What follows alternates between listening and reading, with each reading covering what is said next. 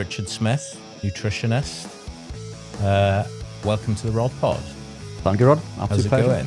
Very good, very good. The sun is shining. It is, yeah, it's lovely. We were just talking, which I wasn't aware, but you have your own supplement company. Can you elaborate on that? 100%. So the brand is, well, in fact, we own a number of low-carb ketogenic brands. One being Keto Pro. Yeah. The other is a company called Brave Ape and Everbold. Right. And, oh my goodness, what's the fourth? Kilo. Right. So that's Kelo, so that's keto low carb. So Keto Pro was a brand that I created, essentially, which we can get into as to the reasons why that was created. Yeah. The other brands are ones that we've bought. So we've acquired these brands. They were brands that aligned with our way of thinking, that weren't doing very well, within the health nutrition space, but they should have been. So we took them on board because we had the means to push those brands, develop them further, and now collectively, I believe that we're probably one of the largest low-carb ketogenic brands in the UK. But it's interesting that you mention, brands and supplementation and business. This is something that we don't talk about very often in the public space, believe it or not, because we came into this as nutrition experts, having suffered a whole series, many years of ill health, discovering that the general consensus, the way that we're told to consume nutrients and what we're told to consume is actually completely untrue. And in most cases, is very much the opposite. So, Lauren and I, we've both been incredibly unwell, and we can get into that if you like, but that's what's driven us towards changing our lives and essentially retraining as nutrition experts and trying to tell the world about the secret that has allowed us to change our lives. Right. Yeah, and that's interesting because I've seen briefly kind of your story on social media and your transformation, which is unreal, and it's something I'm very interested in. So tell us about your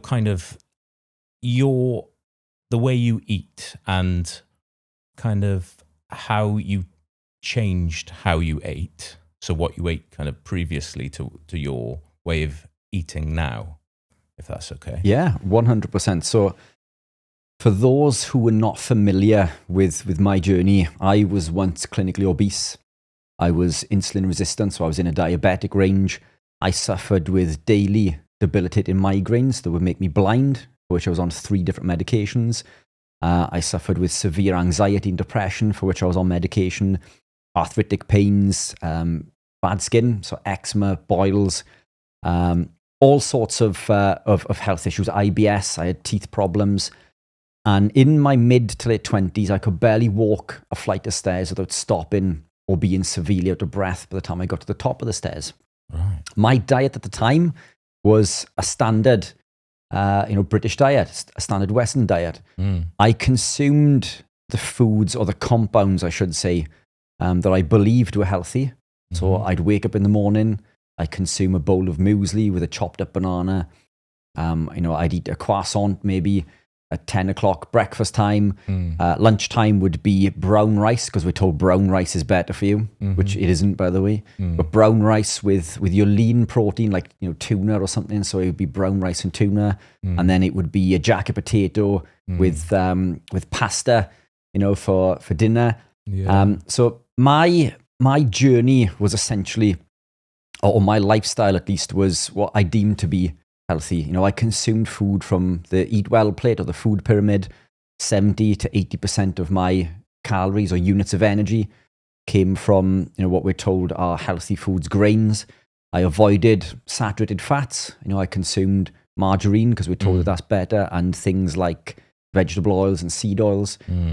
And the more strict that I tried to be, the more unhealthy that I became. Yeah. So, going back and forth the doctor and having to take medication for anxiety and depression, it was crippling. I literally would struggle to leave my house. So I never felt worthy of the company of others. So the only time that I would leave my house or my box, essentially, was to jump into my metal box. And I would drive my metal box to my place of work, a big box, and then I would spend my day working inside a small box, inside this bigger box. And then at the end of the day, I would perform this in reverse, jump back into my box and drive back home to my bigger box. So my life was essentially spent living in boxes. I never felt worthy of the company of others. I wouldn't be able to walk to my car, which was literally 2 feet away on the drive, if there were a neighbor in their garden, or if there was a neighbor or somebody walking past, or even sometimes if there was a car driving past. So that essentially was debilitating. I wouldn't go anywhere. I literally wouldn't be able to go to a shop on my own. And my life was, well, it wasn't a life. I literally wasn't living my life. So the harder that I tried to become healthy, the sicker that I became. I tried every diet that you can think of. We discussed before we came on to this, more plant-based. I tried consuming more grains, more seed oils, less red meat, because these are the things that we're told to do. We're told that red meat causes cancer. I avoided excess salt intake. I did everything that I was meant to do. And the stricter that I became, the more ill that I became. So one day I decided to remove bread, simply because I knew bread bloated me. So I thought, well, if I could at least remove this bloat in my belly, that I would feel a little better in myself. And when I look into the mirror, I would feel a little happier, and maybe, I'd suffer with depression less. So I removed bread for 2 months. Over that period of 2 months, I lost 2 stone. Just from removing bread. I wasn't doing anything else. I just, I used to eat a lot of bread. Again, it was brown bread, because we're told brown is healthier. So I removed the bread, and it worked. The bloat went away, but I felt better. My mind was a little clearer. I'd lost a lot of weight. This bloat in my belly had come down, and you can probably attest to this. As a man, we want our chest to feel or be, predominate all over the belly. If we can do that, then it's not so bad. What we don't want is the other way, Oh, yeah. And I spent my late teens and early 20s trying to combat this. And had I known it was as easy as just removing the bread, I would have done this a lot earlier. A super long story short, I began researching why, the bread caused these issues. And that opened up a can of worms. And essentially began my journey down a rabbit hole, which is never ending. I've gone so deep down this rabbit hole. I feel like I've come out the other end. But the more that I learn, the more that I study, the more that I realize I do not know. Because the world of nutrition it's essentially a rabbit hole, and we've been literally fed misinformation from birth. And the key to this is understanding that when we're born, we come into this world in a ketogenic state, which essentially means that we produce ketones for energy, which we obtain from natural fats, dietary fats, or body fats. And then as we are weaned on mother's breast milk, we still maintain a ketogenic state, but then we come off mother's breast milk, and then we're fed, cow's milk or rusks or baby formula, and then we're on to all of these other compounds that are very high in carbohydrate. And what many people don't understand is all carbohydrate is sugar. So, and this is, it still baffles me to this date how people, outside of the nutrition world still do not understand that carbs and sugar are one and the same. So if we look at the back of a packet and it says carbohydrates 80 grams, of which sugar's 5, and we think, well, there's only 5 grams of sugar in there. There's 80 grams of sugar in that pasta or cereal or sweet packet, wherever it may be. Every gram of carbohydrate will eventually sugar. So that of which sugars means of which sugars immediately or turns into glucose. The rest will store in the body as glycogen, and we'll use that at a later date. But at some point, all of those grams of carbohydrates will become sugar. So carbs is sugar. we're not designed to be fueled by sugar. So most of us in, well, I was going to say the Western world, but most of us, on the entire planet, we are fueled by sugar. We run on glycolysis. So we consume these compounds, they convert into glucose, and we run on glucose. But we're not designed that way. We're designed to run on ketones. So you don't have any carbohydrate, is that? Yeah, that's right. So you run purely on in ketosis. Yeah. So that's unbelievable. And how long have you done that for? So my journey began well over a decade ago. So essentially what happened is I had removed the bread. Yeah. I started to research. I came across, a ketogenic lifestyle, which 12, 13 years ago was non-existent in the UK. There were some people in the States doing it and in other parts of the world, but it was very taboo and very, very little information. The information that I did find, I found wasn't accurate. So, I knew that living this way allowed me to achieve. So living this way as being A allowed me to achieve C. So, I knew that living this way allowed me to be healthier. Yeah. But I didn't understand the B. I didn't understand the inner workings. And when I went back to my doctor after living this lifestyle for 12 months and losing 107 pounds of body weight, reversing insulin resistance, coming off all medication, essentially, reversing every illness that I suffered with and becoming medication free, which the doctor could not do for me. The doctor said to me that I needed to go back to the way that I was eating, the way that made me sick. Now, this didn't make sense to me. Yeah. I'm not a doctor, but this gentleman who is a doctor in his white coat was telling me that, I needed to eat the way that I was eating because red meat caused cancer, and the sodium or the salt that I was consuming would lead to high blood pressure, and you can't consume this much animal fats or the saturated fats because it leads to cardiovascular disease and increases your cholesterol. And I took a step back and thought to myself, this does not make sense. I am literally the healthiest and fittest that I have ever been. But somebody is telling me to go back to the way that I was eating that made me sick in the first place just because of one metric. And essentially that one metric was my cholesterol. Because my cholesterol had appeared to increase. Yeah. All of my other metrics, had improved. Yeah. So I'd reversed high blood pressure. Everything else went away. So that's what opened this can of worms, essentially. So I started to research cholesterol. And what I found was that cholesterol is in fact essential for life. We literally cannot live without cholesterol. The brain is 60% saturated fat. The myelin sheath that sends signals through the body is made of cholesterol. Every cell in the human body is made of cholesterol. We need it for survival. It's essential for brain energy. And one of the reasons, and I'm going to say something controversial, one of the main reasons that people suffer with Parkinson's is through consuming cholesterol-lowering drugs. Right. Because this partially blocks a pathway called the mevalonate pathway. Yeah. The mevalonate pathway is how we produce cholesterol. It's also part of a pathway that allows us to make coenzyme Q10 or ubiquinone, which allows us to make DNA and purine bases. These are pathways that are essential for life. When we block this pathway, this drives things like Parkinson's, Alzheimer's, dementia, and so on and so forth.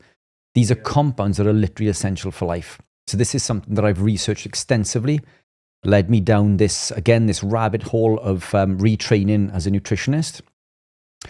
Much of what they taught me, I found to be incorrect because of my own experience and now through the clients that I work with. Yeah. A super long story short, well over a decade down the line, I'm qualified not only in nutrition, but I've researched and hold qualifications in things like molecular biochemistry, epigenetics, clinical blood analysis, thyroid healing.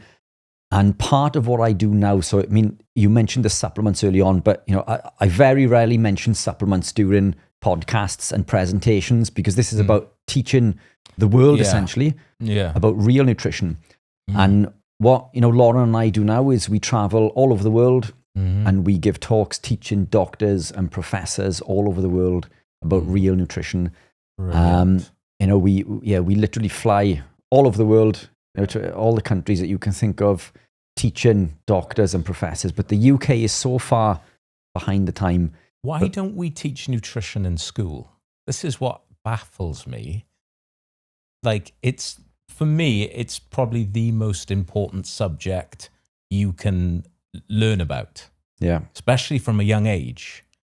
It's, It baffles me, but what we're told in school is the eat well plate and the food pyramid. The pyramid and outdated.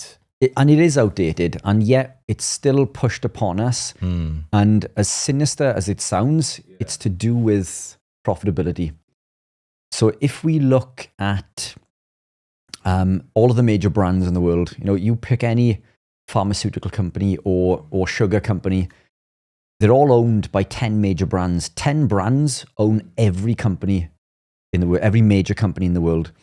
And the Sugar Association and the pharmaceutical companies, they work together. They're owned by the same companies. One makes us sick, while the other offers us a medication in order to make us better. It's a perfect business model. Unfortunately, it's heavily driven by monetary value.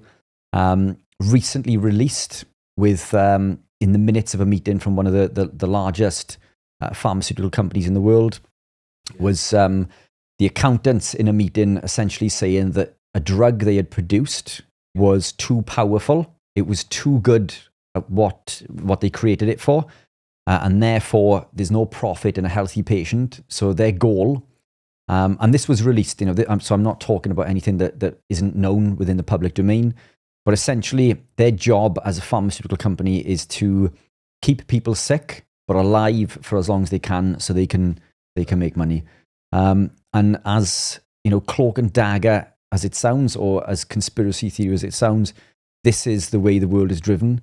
It's driven by the sugar companies and pharmaceutical companies. And this is gravitating down this journey opens your eyes to many things, because what I realized was that grains that I was told were always good for me, I know now are not good for me. And I'll give you a brief explanation on this. So all grains contain, we know of proteins such as gluten, and some people are gluten intolerant, but there's another spectrum, and it's called non-celiac gluten sensitivity, and we're all on that spectrum. Some are very much down this end, and some are very much up this end. So you can test for that, or you can test for celiac, but you can't test for non-celiac gluten sensitivity. Everybody who consumes grains has intestinal permeability of some kind, because there are other proteins in there. There are carbohydrate binding proteins called lectins, which bind to the epithelial cells that line the gut. And when they do so, they release a molecule called zonulin. When zonulin is released, it causes a gap to appear between the tight junction on the epithelial cells, which we don't want. This allows undigested proteins to travel into the bloodstream where they shouldn't be. So the body creates antibodies to fight them. These proteins bind to parts of your body. So it could be it could be in your finger, it could be in your toe, it could be your kidney, whatever. Then these antibodies will attack these lectins, these carbohydrate binding proteins, because they shouldn't be there. This is what autoimmune disease is. So all autoimmune is driven from intestinal permeability, or essentially what we know as leaky gut. Really? So if you know anyone who suffers with an autoimmune issue, that's where it comes from. And in most cases, it comes from the grains that we eat, the breakfast cereal, the bread, the pasta, the rice, the pizza. Everything that we consume in modern day is full of these compounds. And we're told from a young age, to consume our Kellogg's cornflakes or our Shreddies or Weetabix. Start your day with your Weetabix, and we see these adverts of you had your Weetabix, and we think then, these compounds are clearly very good for us, but they're not. And in fact, they've come to fruition through what I would call as misinformation. And in fact, when Kellogg's released, their brand of breakfast cereal, it didn't sell very well, because we were a society of bacon and egg consumers in the morning, and we were a lot healthier back then, by the way, and we used to cook in butter, and now we consume cereal in the morning, the best way to start your day. And we're told that breakfast is the most important meal of the day. This was created by the breakfast cereal companies in order to increase sales for breakfast cereal. When we shouldn't be a nation of cereal consumers. These are literally compounds that we feed to cattle to fatten them up. Yeah. We literally feed grain to cows to make them fat, so we can make more money off selling the meat and essentially have, you know, a fatter cow that can produce more meat. If these compounds make a cow fat, or any animal for that matter, why would we think that, you know, us eating it is going to have a different impact? But the sales from breakfast cereal and these other compounds, it all came from a study done by a scientist called Ansel Keys. Ansel Keys released a study called the 7-country study. The 7-country study was a study where Ansel Keys traveled the world to the 7 countries in the world that had the highest saturated fat intake. Right. And what he showed was that the companies that had the highest saturated fat intake also had the highest risk of cardiovascular disease. So this was taken on board by the Senate McGovern and the American Heart Association, and now the world. So this is why we're told that cholesterol's bad for us and why we're told that saturated fats are bad for us. So I'm going to let you in on a couple of secrets here. So the first is that Ansel Keys didn't go to 7 countries. He went to 21. The other 15 countries, which he removed, actually showed the opposite. It actually showed that the higher your saturated fat intake, the lower your risk of cardiovascular disease. So the question, you know, that we was probably popping into the listeners' heads, well, why did he remove those 15 countries? He removed those 15 countries because he was paid to do so by the sugar industry. That's Nestle and Coca-Cola and Kellogg's, for example. And this isn't information that isn't out there. This is well documented. Ansel Keys and 2 other Harvard scientists were paid $50,000 in today's money in order to remove those countries, so companies like Kellogg's could push their breakfast cereal, which means that the last 70 years of dietary advice is completely upside down, because what those 7 countries that actually showed, you know, that association of high saturated fat intake also had the highest sugar intake. So it was the sugar or carbohydrate that was driving the cardiovascular disease, not the saturated fats. Now, interestingly, and I'm going to drop a bombshell with this one, cholesterol, you cannot manipulate cholesterol production through a dietary value per se. The body will self-regulate. If you consume less cholesterol in your diet or less saturated fat, your body will make more cholesterol. That's interesting. If you increase, it creates enough, no more or no less. Now, you can force it to come down by consuming compounds like seed oils or vegetable oils, compounds that we're told are incredibly beneficial, which they're not, by the way. This is one of the main drivers of cardiovascular disease. Yeah. And the reason it does this is that these plant sterols or plant stenols, they are essentially plant cholesterols. They look so close to human cholesterol that when we consume them, the body reduces its own production because it thinks that it has enough, which is also the reason that we burn in the sun. So when we're exposed, so it's very, very sunny outside today. We've been very lucky to have very, very nice weather the last week. Yeah. Lauren and I don't burn any longer, but we used to burn because of our consumption of seed oils. So we need cholesterol. When the UVB rays hit the skin, cholesterol makes vitamin D. The vitamin D that cholesterol makes protects us from the sun.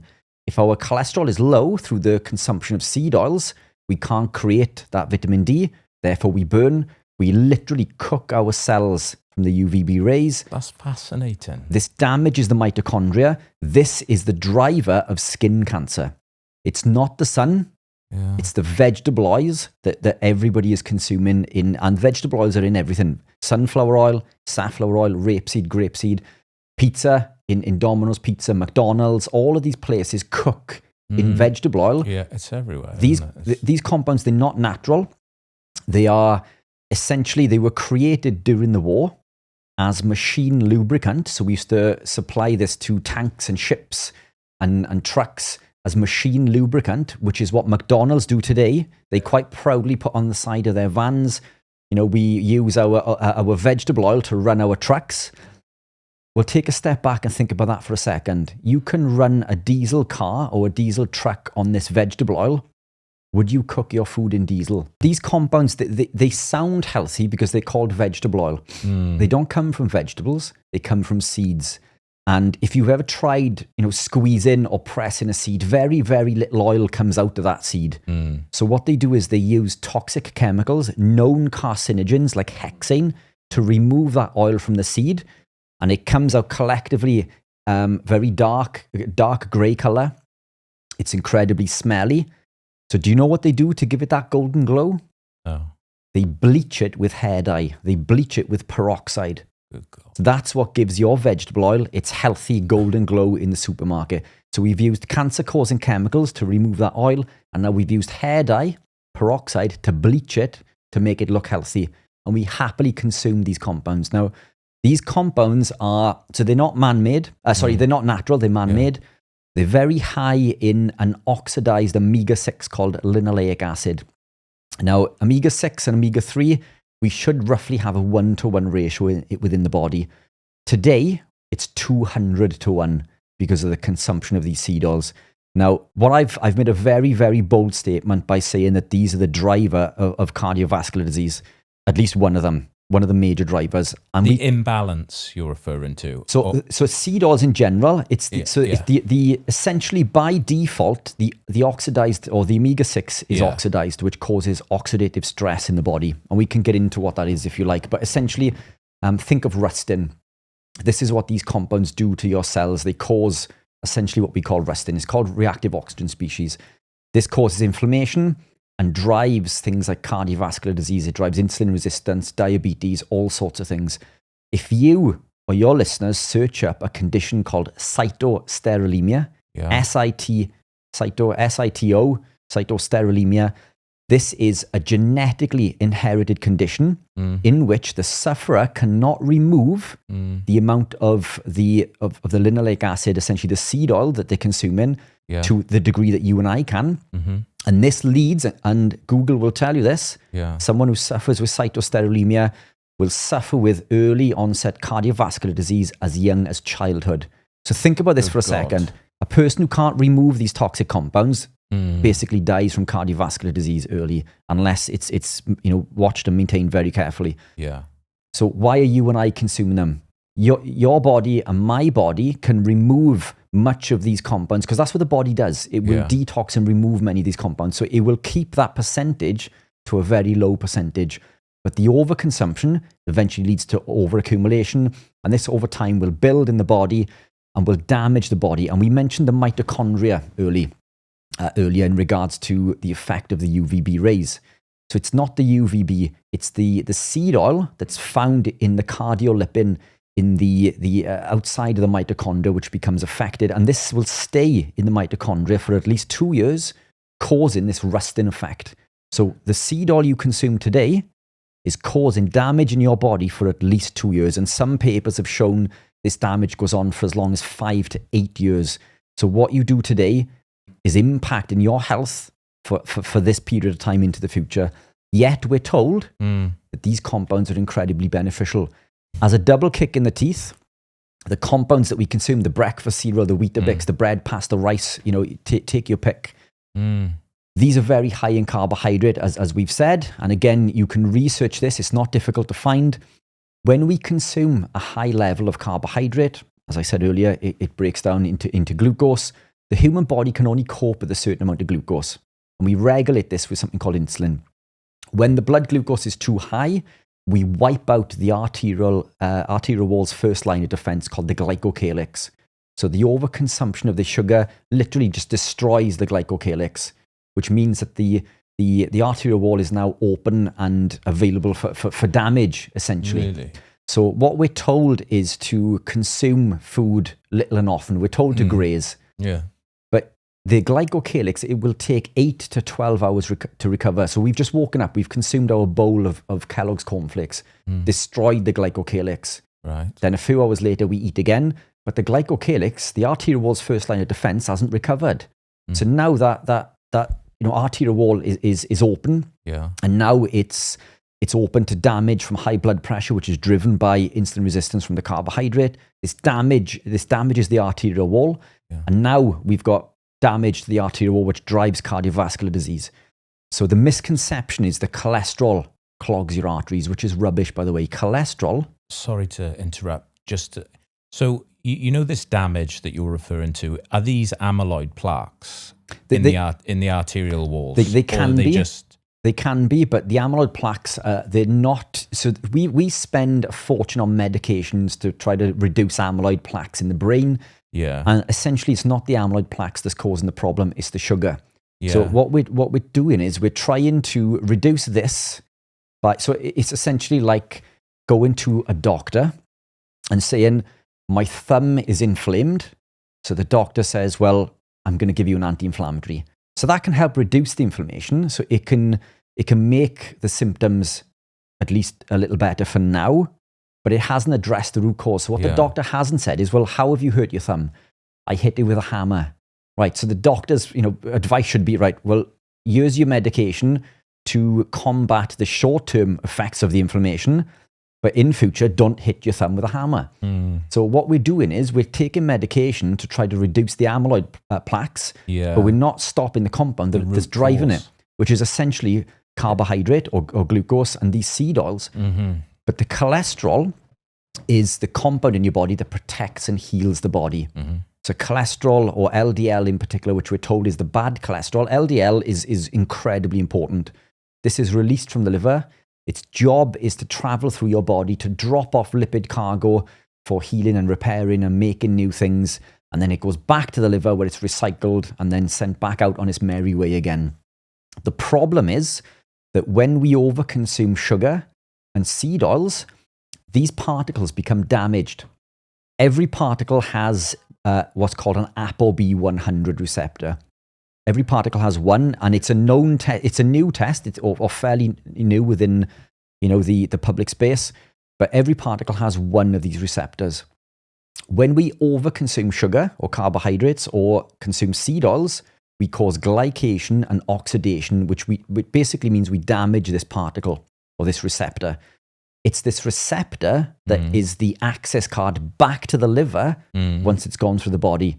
So if it's damaged, and then this particle goes back to the liver, but the liver doesn't recognize this particle because it's damaged, it doesn't allow it access to be recycled. So this carries or continues to travel through your body, trying to carry out its initial job, which is healing and repairing. And essentially what happens is that it comes across a damaged part in the arterial wall. It will travel into the subendothelial space to drop off its lipid cargo to heal, build, and repair. But now it doesn't have any. Now, in the subendothelial space, there are cells called macrophages. These are immune cells. These macrophages have what's called a scavenger receptor. The scavenger receptor recognizes this damaged LDL particle, and it opens its doors and says, come on in, you're welcome here, where the liver rejected it. So this macrophage basically engulfs it. The macrophage engulfs the next one. This macrophage will grow, and it will continue to grow until it creates a form cell, and it's the form cell that essentially becomes this atherosclerotic plaque. And that's what drives the cardiovascular disease. So is cholesterol the demon that it's made out to be? Well, of course not. The cholesterol is going there to repair the damage. But the question is, you need to ask the question that the doctor should be asking, well, what's caused the damage? That's the sugar and the seed oil. Every one of us in modern society who has access to sugar is addicted to it. Who can afford it and has access to is addicted to sugar. Now, sugar lights up the same pathways in the brain that cocaine, morphine, and heroin do to a higher degree.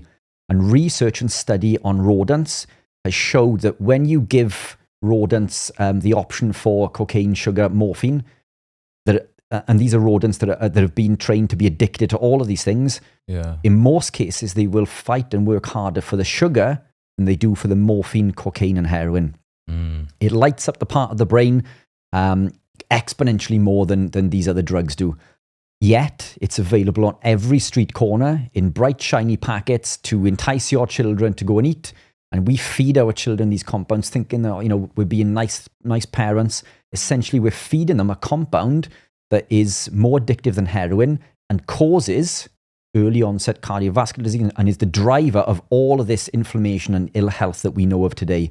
Now, Lauren and I are in a difficult position because we both have children, and we feel like sometimes we're being bad if we don't give them these compounds. But flip it around the other way.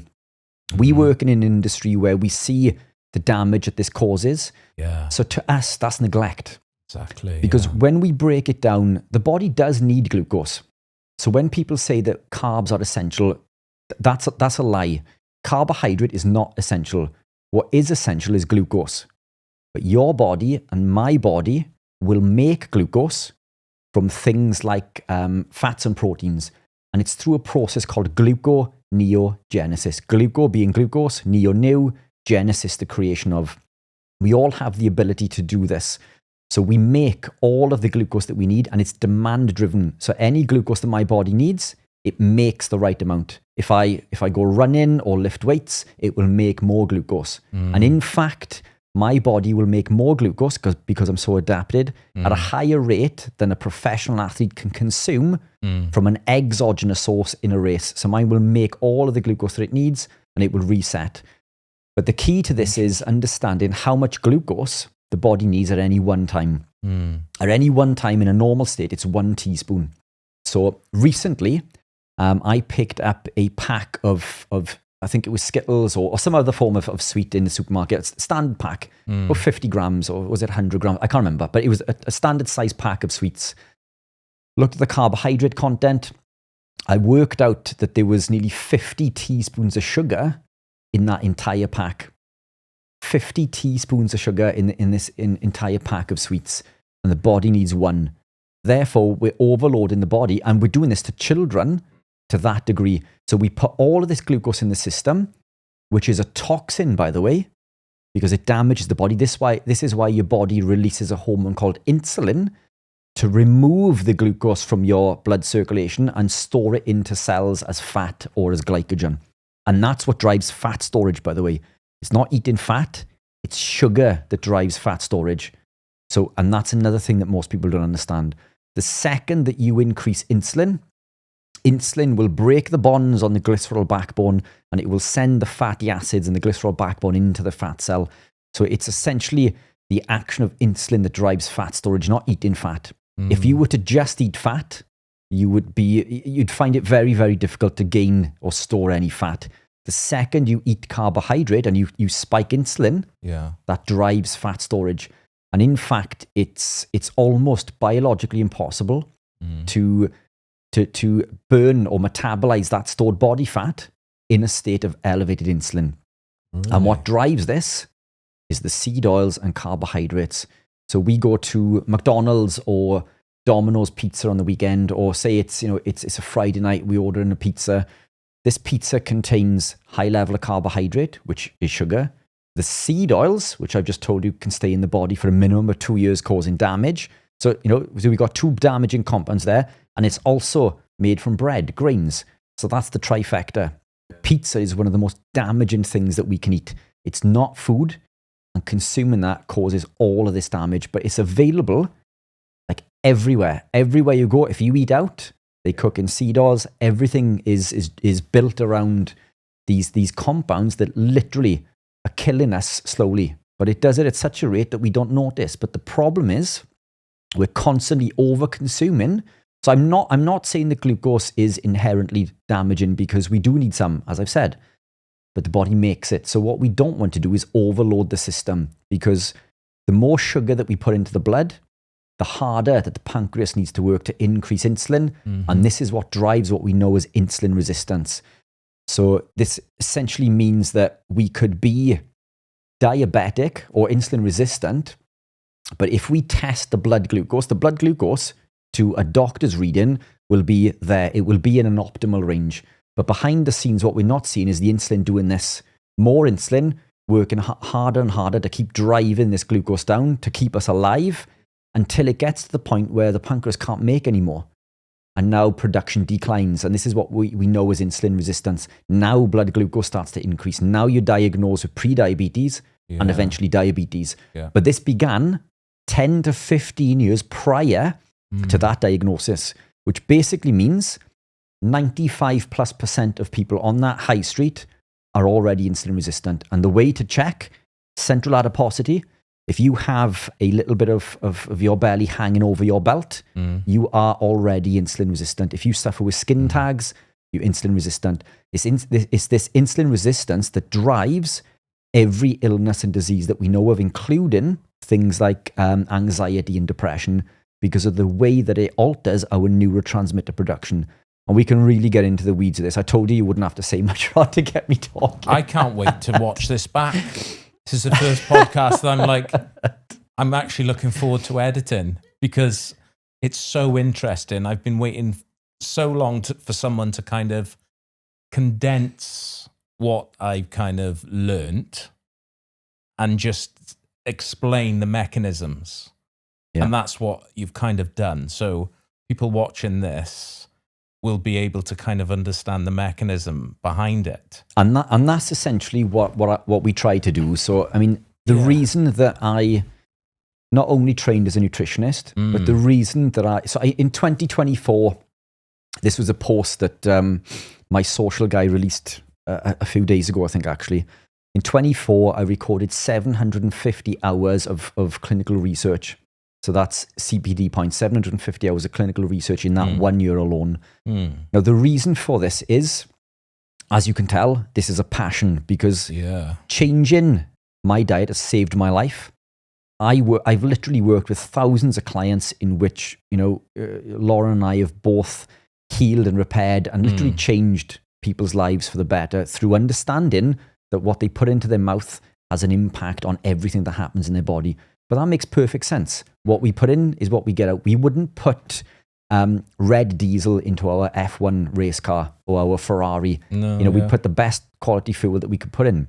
If the input is wrong, the output's going to be wrong. And slowly but surely, years and years of consuming toxic compounds causes this damage from the inside. Just because you don't notice it immediately doesn't mean that it's not occurring.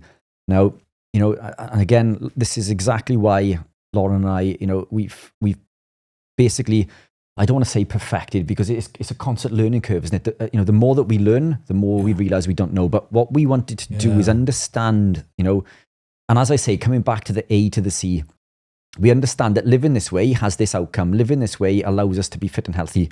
But where's the B?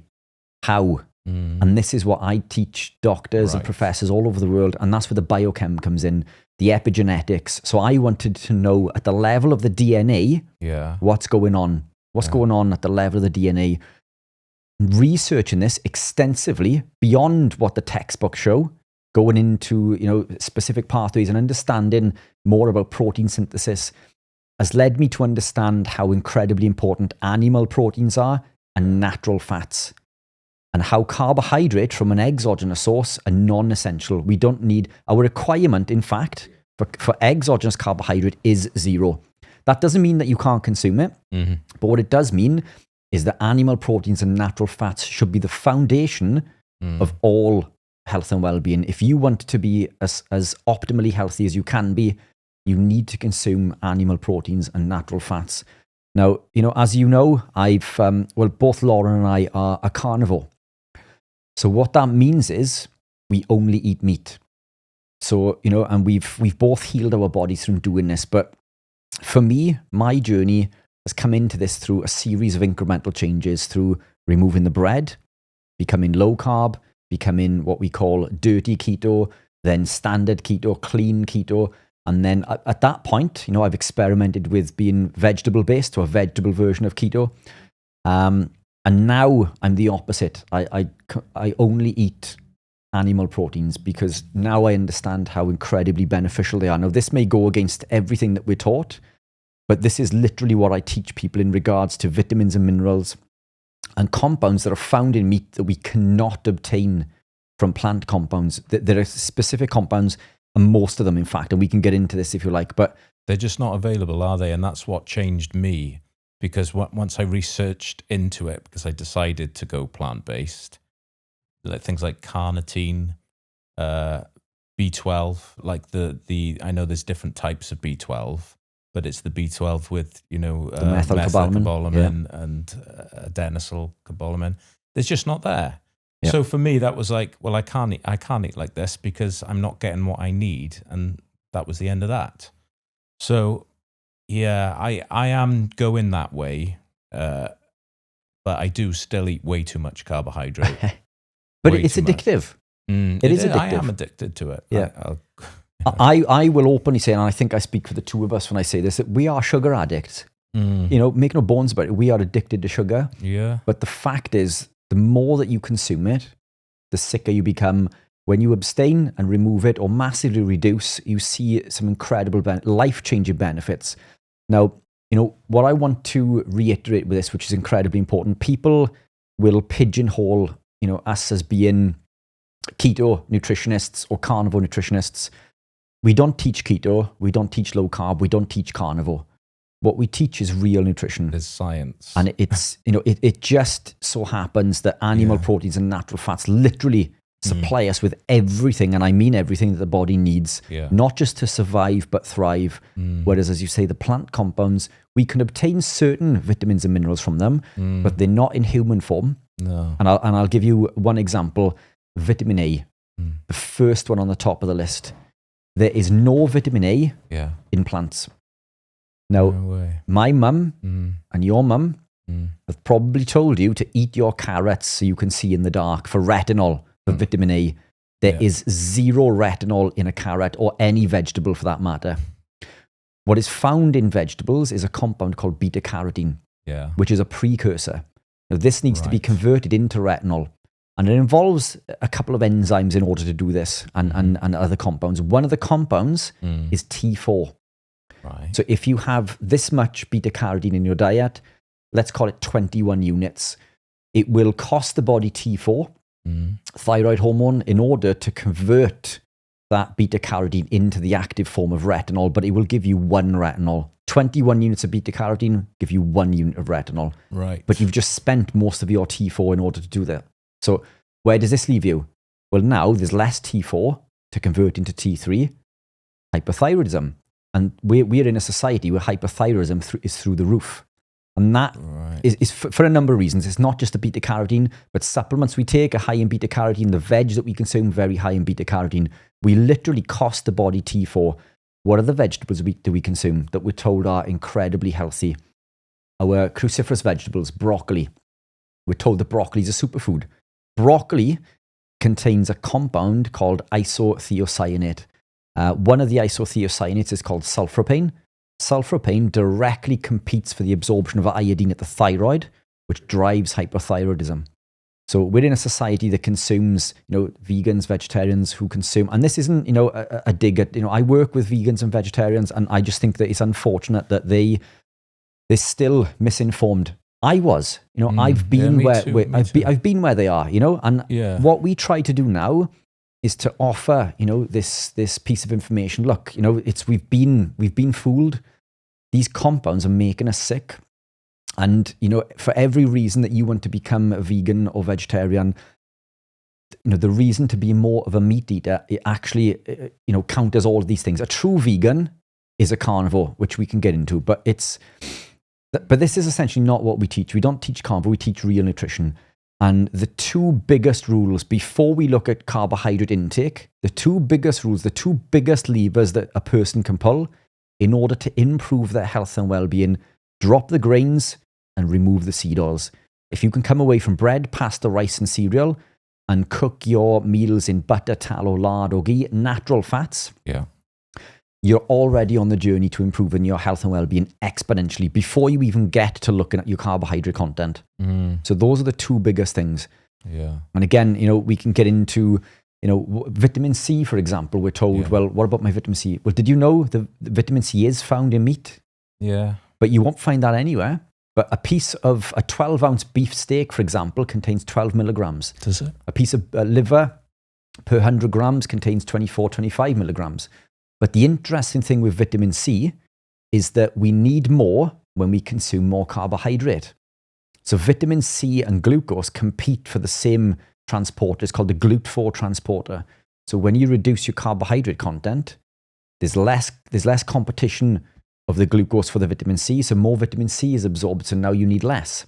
I've always been interested in these pathways that you're talking about nutrients competing. I've always found that quite fascinating. And I don't have much knowledge on that subject, but I know that obviously you've just mentioned vitamin C, omega-3, and you did mention omega-6. They compete for pathways, do they? So it's, we look at the omega-6 to omega-3 ratio.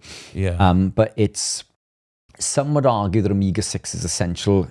I don't believe it's essential at all, but still, either way we look at it, we consume it far too high. The consumption is far too high in modern diet. So that blocks, if we're consuming one of these nutrients, or it affects the ratio. It will block. Right. That's really so something to be aware of, isn't it? We can improve the ratio by consuming omega-3s, right. But there's a caveat to this.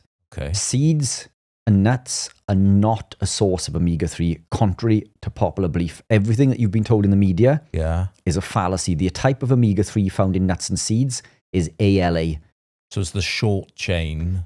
The human body needs EPA and DHA. More importantly, DHA. So that's eicosapentaenoic and docosahexaenoic. Right. We cannot get those from nuts and seeds. We can convert ALA to EPA and DHA, but the conversion is very, very small. And during testing, close to zero has actually been showed in the conversion. But what we do consume when we consume the nuts and seeds are a whole host of plant toxins such as lectins, oxalates, and even cyanide.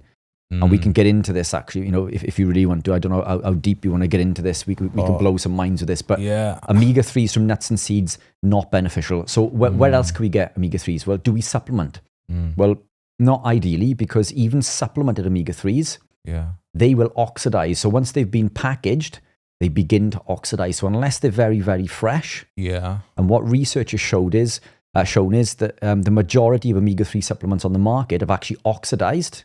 So even though they're technically omega-3, they're effectively now omega-6s, or they're causing, because omega-6s by default, as we said earlier, are oxidized. Now this omega-3 is oxidized. So all you're doing is adding to this oxidation. So if you are going to supplement, you want to use like a fermented cod liver oil, or there's a brand that you use, isn't it, which is shown to be very, very low in oxidation. It's called Mollers. It is slightly oxidized, but it tastes better than fermented cod liver oil. Fermented cod liver oil. What that tastes like. It's not nice. It's not nice. No. But the best source always is go back to nature. Eat foods that are eat cod liver. Do you eat fish? It's not. I eat fish. Not very often, I'll be honest. Again, lamb. Lamb contains 10 times more omega-3 than beef. So lamb is very, very high in omega-3s. I'm not against fish. You want to go for wild caught, and always think of nature. Nature knows best. Nature literally supplies us with everything that we need. Nature provides us everything in a perfectly packaged present. And if we look at nature, let's look at animal proteins and vegetables. Well, vegetables and fruits, carbohydrate. Animal proteins, protein and fat. So nature never mixes them. There's only one time nature mixes those three macronutrients, and that's in mother's breast milk. And that's designed to fuel rapid growth to a newborn baby. But we don't consume mother's breast milk past infancy. No mammal consumes breast milk past infancy. We're the only species on the planet that does so, and we do it from another mammal. We're the only species on the planet that consumes it from another mammal. So these compounds are incredibly damaging to the body. We're designed to consume mother's breast milk past infancy.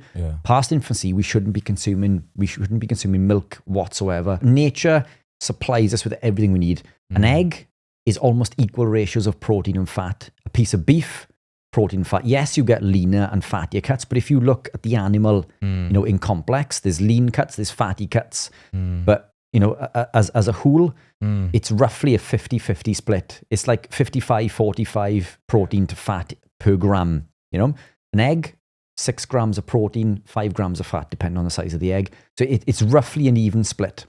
What do you and I do? Thinking that we know best. Well, we come along, we take our chicken. Nature provided us with a perfectly packaged present, meat, protein and fat.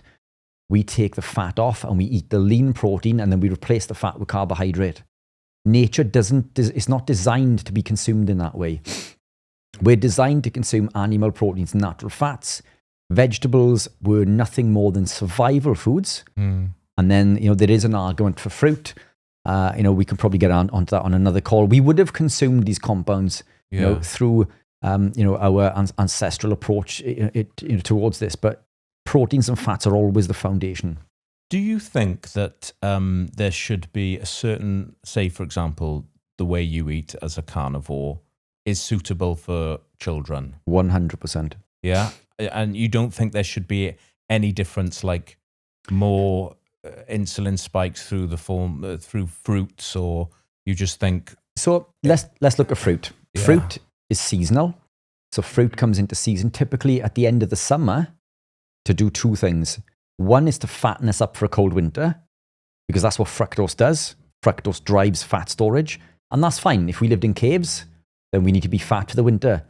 But you and I live in, apartments and buildings that have central heating, and we can wear clothes, and we have access to heating in our car. We don't need to be fat for the cold winter any longer. Mm-hmm. The second is to cause reductive stress in a situation of the summer in a high UV index, because so we've spoken about oxidative stress, so reactive oxygen species, which is up there. Now, reductive stress is the opposite. It's when the body doesn't create enough. So my body operates between an optimal upper and lower limit, because reactive oxygen species, is essential. Just like insulin, just like glucose, just like cortisol. We demonize all of these things, but they're all really important, but they're important in the correct context, in the correct upper and lower limit. If I'm in a state that isn't inflamed and my body is there, then what happens when I'm exposed to UVB rays and UVA rays is that it increases melanin, and melanin reduces reactive oxygen species. But I don't need to reduce any, because I'm in an optimal range. So that puts my reactive oxygen species down to a reductive stress range. So now the fruit, which is coming to season in the summer, I consume. The fructose causes reactive oxygen species, and it puts me back into an optimal limit. So there are arguments for fruits. Vegetables, survival foods, but again, the veg that we see today no longer resembles ancient vegetables. So they're very, very different. So they no longer look anything like they once did. But let me flip the question back around. We've and I'll give you an example. When I was clinically obese, and insulin resistant, and I was eating Pop-Tarts and Burger King every day, no one had anything to say. No one said to me, "Are you sure you should be eating that Pop-Tart? It's bad for you. Are you sure you should be eating that Burger King or whatever,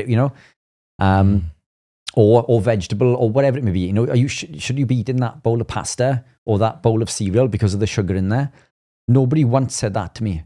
Now that I'm eating something that's natural, that has literally been around since we understand. Now that I'm eating beef every day and lamb and animal proteins, oh my goodness, you can't eat that. You need to go back to eating your bowls of cereal or your Pop-Tarts or whatever it is that people do these days. So no one had anything to say when I consumed foods the other way. But let's look at what we've just said in regards to the overconsumption of carbohydrate and damage that the sugar causes. We wouldn't bat an eye seeing a child walking down the street on a summer's day with an ice cream or a pack of Skittles or whatever it is. But now that I've just told you that that's going to overload their bloodstream by an exponential amount that the body can handle, but then we question, should we be giving children animal proteins? Well, it's the animal proteins that allows us to heal, build, and repair. That protein synthesis that happens, it literally comes from the animal proteins. We consume the animal proteins. Those proteins are broken down into amino acids, and countless amounts of times throughout the day, we take photocopies of our DNA. We send those photocopies as mRNA to a different part of the cell called the ribosome. The ribosome reads the code on that DNA, and that code, or those sets of nucleotides, collectively they're called codons. They code the attraction of an amino acid. The next set is another. The next set is another. They bind together. They build a peptide. That peptide goes on to create a human protein. That human protein literally heals, builds, and repairs every cell in your body. It's what makes your hair, skin, nails, liver, kidney. So why would protein from a natural source ever in any world be more damaging than a pack of Skittles in a corner shop? So it's funny how we question these things, isn't it? But we're in a society where we're told that red meat causes cancer, and which it does not, by the way. And I can get into this, and we can talk about the IARC report, which is the reason that people say red meat causes cancer. That study actually showed 0 studies that caused cancer out of over 800 studies. Yet the title on there said red meat causes colon cancer. This is the reason everybody fears red meat. No one took the time to go through these studies. So what happened with the IARC report, which was commissioned by the World Health Organization? They looked at 800 studies. Out of these 800, they put forward 29. So 29 out of the 800 were used. So why the others were removed, I can only assume that it's because they didn't show any correlation. The majority of these 29 studies, I think it was maybe 28, 29, the majority of these studies actually showed no correlation. So out of the studies that they did put forward, more showed no correlation and in fact benefit from animal proteins, and showed that it actually helped reduce things like cancer and so on and so forth. Out of the ones that remain, and look, you can't make this up, some were fed to rabbits. Well, so they basically fed rabbits meat. Well, rabbits, a rabbit's native diet isn't meat, so that's going to have a negative impact. Other ones of these studies, they fed meat to rats. And I'm not making this up. You can look at this yourself. They fed red meat to the rats. They injected the rats then with cancer-causing chemicals such as azoxymethane. Azoxymethane is a compound that we inject into rodents to cause cancer so we can test drugs on them. So think about this. I'm going to feed this rat red meat. I'm going to inject it with a cancer-causing chemical. And then I'm going to say that it's the red meat that caused the cancer, which is ridiculous, isn't it? Yeah. What is even more ridiculous, and again, you can't make this up. The rats that they injected with the azoxymethane and fed the red meat to never developed cancer. The rats they fed the red meat to and injected with the cancer-causing chemicals never developed cancer. Like you can't make this up. God. Out of all of these studies, which initially started with over 800, only one showed any statistical significance in regards to meat causing cancer. The one that showed this was carried out by the Seventh-day Adventists of America, who are a religious group who advocate for a vegan lifestyle. And even by their own admission, in their own study, the people who developed the cancer were type 2 diabetic, consumed Coca-Cola and other, Pepsi and other soft drinks, and they consumed pizza and other compounds. Now, remember what I said about the pizza with the seed oils and the carbohydrate? So, and the reason that they said that, pizza or red meat causes cancer from their pizza diet is because the pizza may or may not contain protein, but because it may, they put that as a protein source. So their protein source was pizza. So like the ham on the pizza, for example. But which is ridiculous. Nitrates and... So the nitrates is another topic. I won't get into that today, but so the nitrates are not actually that bad for you, by the way. Interesting. Nitrates break down into nitrites. Nitrites increase nitric oxide. Nitric oxide, a potent vasodilator. Therefore, bacon isn't, well, it's not, we eat it most days. Bacon is actually incredibly beneficial for you, very high in B1. Talk for another day. But in regards to the pizza... This is so fascinating to me. Yes. I'm trying to take as much in as I can, but I'm struggling. I'm like, come on, brain, keep up. Because I was thinking with the bacon, I didn't realize. I was thinking, doesn't it accumulate a lot of omega 6s? Well, only if it's oxidized. But by default, bacon tends to be older, doesn't it? Yeah. So it's the key to this is buying fresh. So support your local butcher. Yeah. Go to your local butcher. Buy the fresh meats. Buy the fresh bacon. Buy the fresh. You don't want. We will eat aged bacon and things, but we tend to avoid aged meats generally. Is the nitrate the preservative that they put on the bacon, which is essentially salt, and salt is essential. So it's a type of salt. that preserves the bacon. Right. But salt or sodium, we're told is bad for us because it drives high blood pressure. But salt isn't the driver of high blood pressure. And I'll explain this as briefly as I can. So when we're in a state of insulin resistance, so like we mentioned earlier, with insulin being elevated, it's insulin that pulls the sodium from 4 points in the nephrons in the kidney back into the blood. So it increases reabsorption. Wherever sodium goes, water follows. Now we have high blood pressure. Sodium isn't the driver of high blood pressure, it's the insulin. So correct the insulin. So coming back to the analogy we used earlier with the doctor and the inflammation in the thumb. Yeah. Instead of removing the salt, why don't we reduce the insulin? How do we reduce the insulin? Well, we reduce the carbohydrate and the seed oil consumption. And this is what we see in people living low carb, ketogenic and carnivore-based lifestyle. The insulin corrects itself very, very quickly. Now high blood pressure gone. Essential hypertension stopped and reversed in days.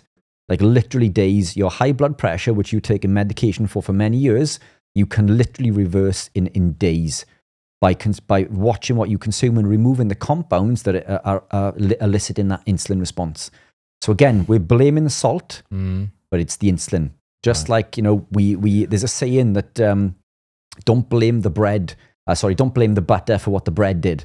We blame the butter for causing, the ill health, when in fact it was the bread that we were consuming, not the butter. So it was the grains and the carbohydrates, not the fat consumption, So it's, I've lost my trail of thought in regards to these other, but essentially that study, the IARC report. So when you look into, all of these studies that were put forward, not one of these studies actually showed any statistical significance in regards to red meat causing cancer. And in fact, it's quite the opposite. And the research that we find actually shows that red meat consumption, especially when we remove the other toxic compounds, increases longevity. And we know this and we see this because, are you familiar with telomeres? So the chromosomes in the cell. So if we were to look inside a cell in your body and we were to look right inside the nucleus, we would pull out the chromosome, so the X chromosome and Y chromosome. If we unravel this is called the chromatin. Telomeres, I have heard, So the telomeres are the protective part on the end of the chromosome. Right. And every time the cell divides, the telomere shortens, and so does our lifespan. Right. There's only one thing that is from the nutritional world that has ever been shown, as in, from the food perspective, that has ever been shown to increase the length of the telomere. Really? Do you know what that is? No. Red meat. Good God. Red meat increases the length of the telomere. It's not vegetable compounds. It's not fruits. It's red meat. The one that we're told to avoid. Why are we told to avoid it? Coming back to what we said earlier, there's no profit in a healthy patient. If I'm sick by eating lean meats, and high carbohydrate compounds and seed oils, I'm sick. Now I need medication. And just to clarify, the telomeres are govern our lifespan. So there's a correlation. I wouldn't say they govern, but there's research to. So if we look into it, we're talking about like longevity, and it's the world of longevity is, I believe, we look at it through the wrong scope. So we look at how we can improve our lifespan or increase our lifespan. Yeah. I don't believe we come into the world this way. We're born with our lifespan. And everything we do, you can't increase that. But what we can do is we can either maintain it or we can decrease it. Now, what we do in a modern society is we consume lots of carbohydrates, lots of junk food, processed foods. And we all know processed foods are bad for us. Seed oils, we consume these plant compounds in excess, which cause major issues in the body. And we reduce our lifespan. And when you say maintain, you mean stay at a certain level of physicality. 100%. So if we look at, if I was to say to you, what do you think the human body is capable of living until? What age would you say? 70, 80, 90, 100? What would you say? 90.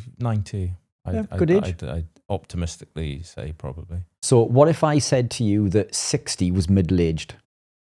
The human body, and this isn't disputed right, in the scientific world whatsoever, we know Yeah. that the human body is capable of living to 120 years of age.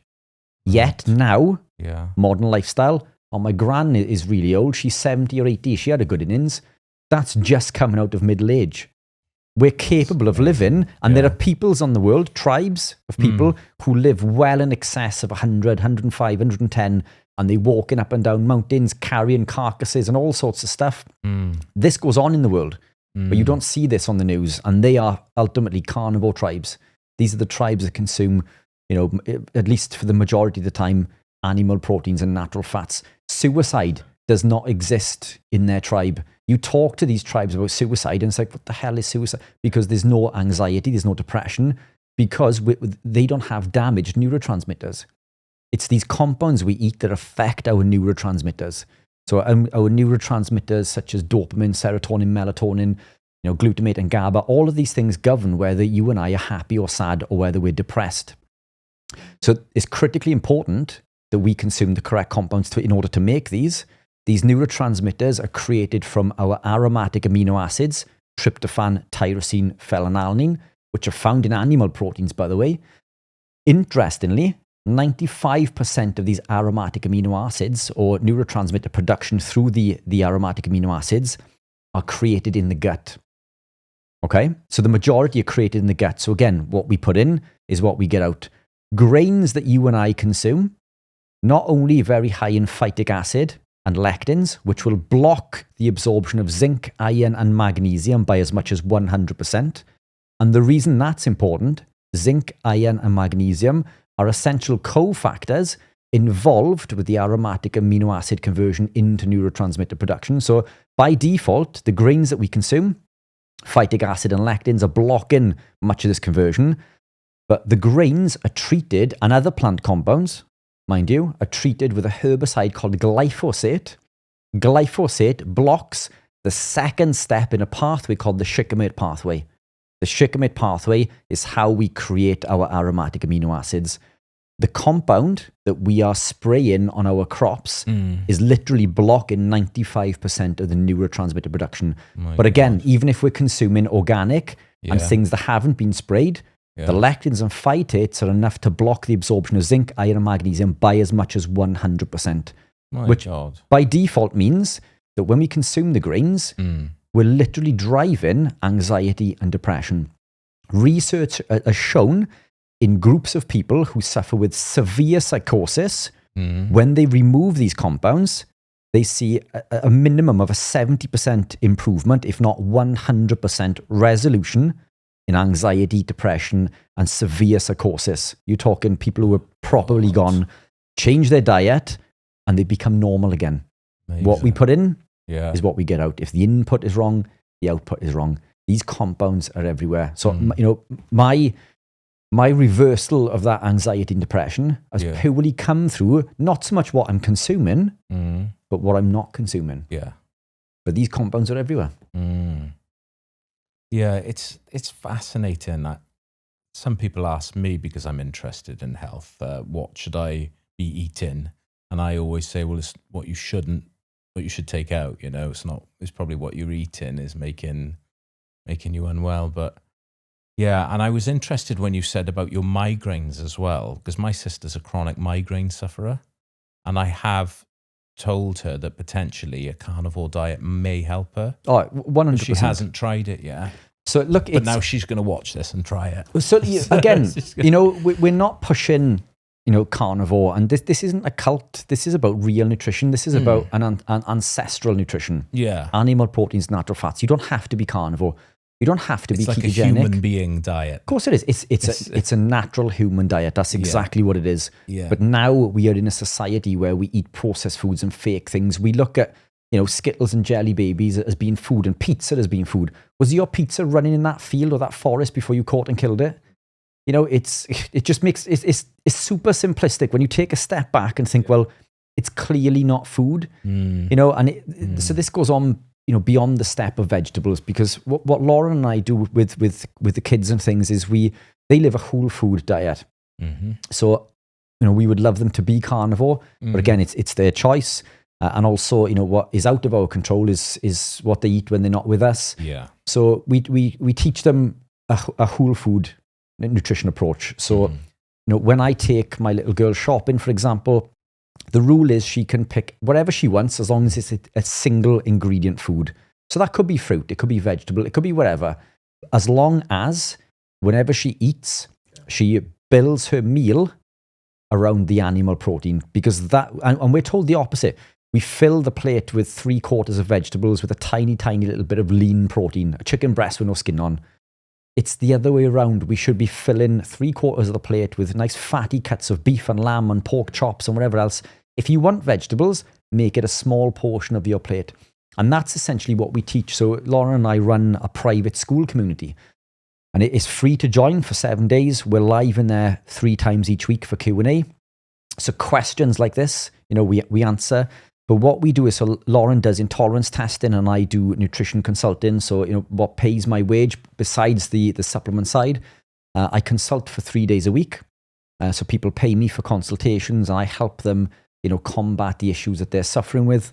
And how can they contact you? Through social media? Through social media, yeah. So just search up Richard Smith Nutrition. Yeah.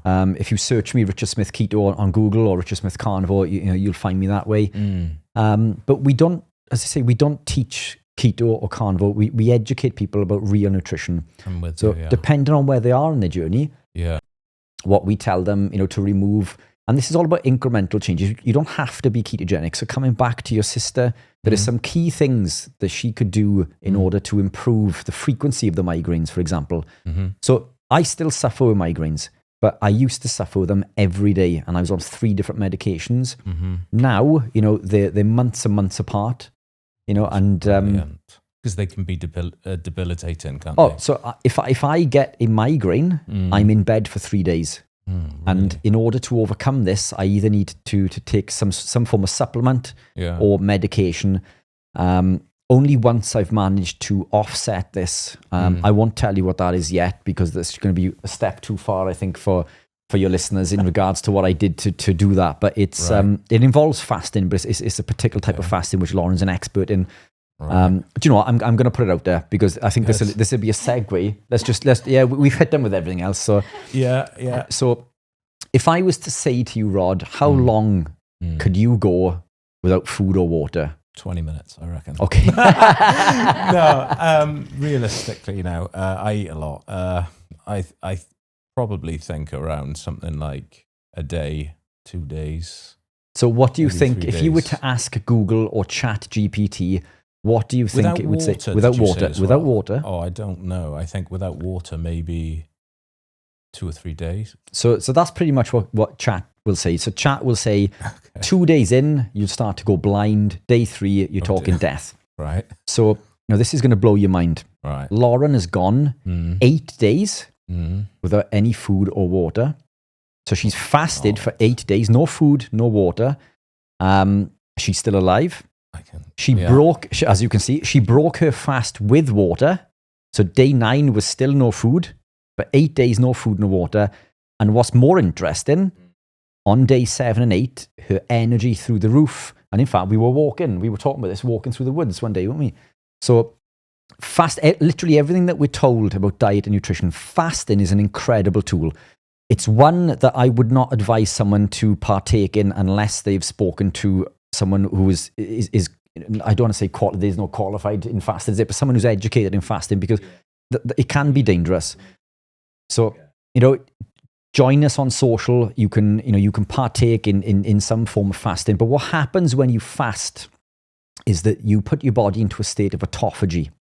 Autophagy is cellular repair and regeneration. We literally clean out old, sick and dying cells and create new, younger, stronger, fitter, faster ones. That state of autophagy, you are in all the time when you live a ketogenic lifestyle.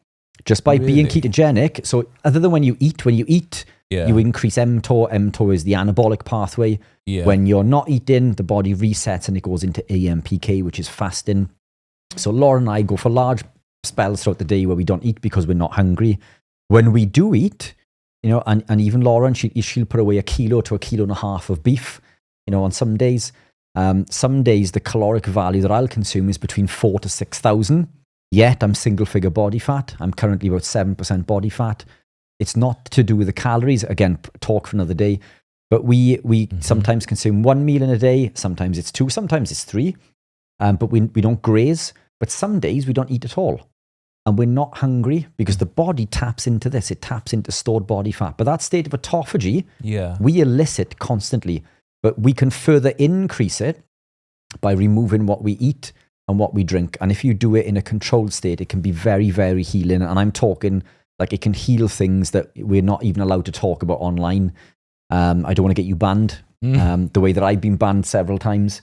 So we won't mention certain things. But for more information, obviously reach out and we can discuss these things. But it's we literally work with people with autoimmune disease, IBS, cancer, diabetes, Alzheimer's, and we see, either at the very least, a huge improvement, if not complete resolution. We literally put diabetes into remission for fun. So one of my biggest client means of people approaching me, one would say, would be for insulin resistance and diabetes.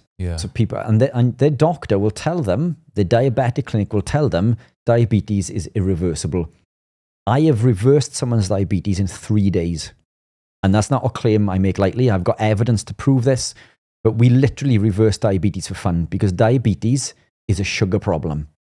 Therefore, a carbohydrate problem. Once you understand the mechanism, you change someone's diet, you can literally take them from an insulin-resistant state into being metabolically healthy, and then the journey continues. But what we eat, again, and I can't reiterate this enough, what we put in is what we get out. If the input is wrong, the output is wrong.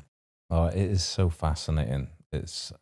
And the information you've just given me is it's for a lot of people, it can be it's going to change their life straight away, And again, I appreciate seed oils and grains, that's all you need to start with. Remove the seed oils and drop the grains. Yeah, and that isn't the general consensus, is it? People aren't really focusing on those, are they? They're focusing on the wrong They're focusing on the wrong thing. But Rod, and what I would lay down to any of your listeners who are thinking, that's rubbish. Well, if you suffer with any of the things that I've mentioned, if you were ill at all, prove me wrong. Just do yourself a favor and try it. It's not going to make you sick not to eat bread and pasta and rice for 2 weeks and to actively avoid seed oils. Just cut them out and see how you feel. And I guarantee, and 2 weeks in, you're living proof of it. But not only that, you're living proof that you can build for the men and for women, I suppose, a lean, muscular physique, which is, you think with no carbohydrate, because of the way you've most people have thought about nutrition, you're like, how are you doing that? But you can do it because you've done it. So the misconception with carb is that, and I'm going to break some hearts with this, carbohydrate has zero impact on muscle protein synthesis. Zero. In a situation where adequate protein is consumed. So providing you consume enough protein, the insulin effect from the carbohydrate will not further increase muscle protein synthesis. What can augment further muscle protein synthesis or building of lean mass is the co-consumption of protein and fat as nature intended. Coming back to what we said earlier, nature knows best. So can you lose body fat and build 100%. Yeah. You should either pick to do one or the other, ideally, but you do both at the same time to a different degree. So I'm sat in front of you now. I'm not very big anymore. But after losing the 107 pound, I was incredibly skinny. So I went down to, my goodness, I was about 10 stone-ish, I think. I was 17 and a half at my peak, which doesn't sound like a lot, but I'm small framed. As you can see, I'm not big framed. So I have a small frame. So my body fat percentage at that time was 56%. More than half of my body was fat. When I lost the weight, I was skinny. Then I began to train. I built muscle at a rate of knots. And in order to tell the world about my secret, I started to compete as an amateur bodybuilder. And remember, anxiety, depression, I couldn't leave my house. My life was spent living in boxes. The thought of going on to a stage in essentially my pants, it was a big thing. But changing the diet allowed me to do that. I came second in this competition. I was only ever going to do it once in order to get pictures of me looking in good shape because people I know it's a silly saying, but people see with their eyes. If I looked fit and healthy, then they would listen to the advice that I'm giving. Yeah. I went back. I got the bug for it. A few years later, I was awarded pro status, so I became a pro bodybuilder. That's unbelievable. A number of years after that, I went on to become number 1 in Britain in my category. Oh. And 2 or 3 years following that, I went on to become number 1 in Europe. So I was European champion in my category, in my federation at that time. So from being unable to walk up the stairs, clinically obese, insulin resistant, to being number 1 in men's physique. It's 100%. It's night and day, isn't it? So, oh my God. I came away from that and went into competing in endurance sports. So I started working with Ironman athletes and running athletes and cycling athletes. So I did that for a number of years. Only recently have I come away from that, and now I've started to lift weights again. So, even though my frame is, I'm considerably smaller than when I was bodybuilding, the muscle is coming back at a rate of knots. My strength is coming back at a rate of knots. And I barely do any training, because the key to this is consuming highly nutrient-dense animal proteins and natural fats while avoiding, as we said earlier, the anti-nutrients. And that's what the vegetables and nuts and seeds are, the lectins, the phytates, because cast your mind back to what we said with the phytates and the lectins. They block the absorption of the zinc, iron, and magnesium by as much as 100%. Zinc is essential for the production of testosterone. So to consume something that is blocking zinc would mean that effectively we're lowering our testosterone, our male sex hormone, and our ability to build muscle to the max capacity by consuming the bread, the pasta, the cereal, the rice. Absolutely counterintuitive. So by removing these anti-nutrients, your body actually uses the animal proteins that you're consuming to a much larger capacity, and you can build muscle quicker because, not just because you're consuming the animal proteins, but because you removed the nutrients that are literally blocking the cofactors involved with these processes. Oh my God, that's brilliant, isn't it? When you think about that, fantastic. It's really inspiring me to kind of, eat like you. Life changing. Who doesn't like beef and lamb? Exactly. And pork chops and bacon and eggs. And you don't need to be carnivore. You can still consume things like cheese, and you can still consume vegetables. But again, prioritize protein. Yeah. Always prioritize protein. Brilliant. Well, that's great. How do you think we're doing? There's just so much that we could. I'm trying to think, right, limit this. We could come back. We could talk about it. Yeah, we can come back. That would be brilliant if we could do another one. Before you and I started, Rod, I said you wouldn't have to say much.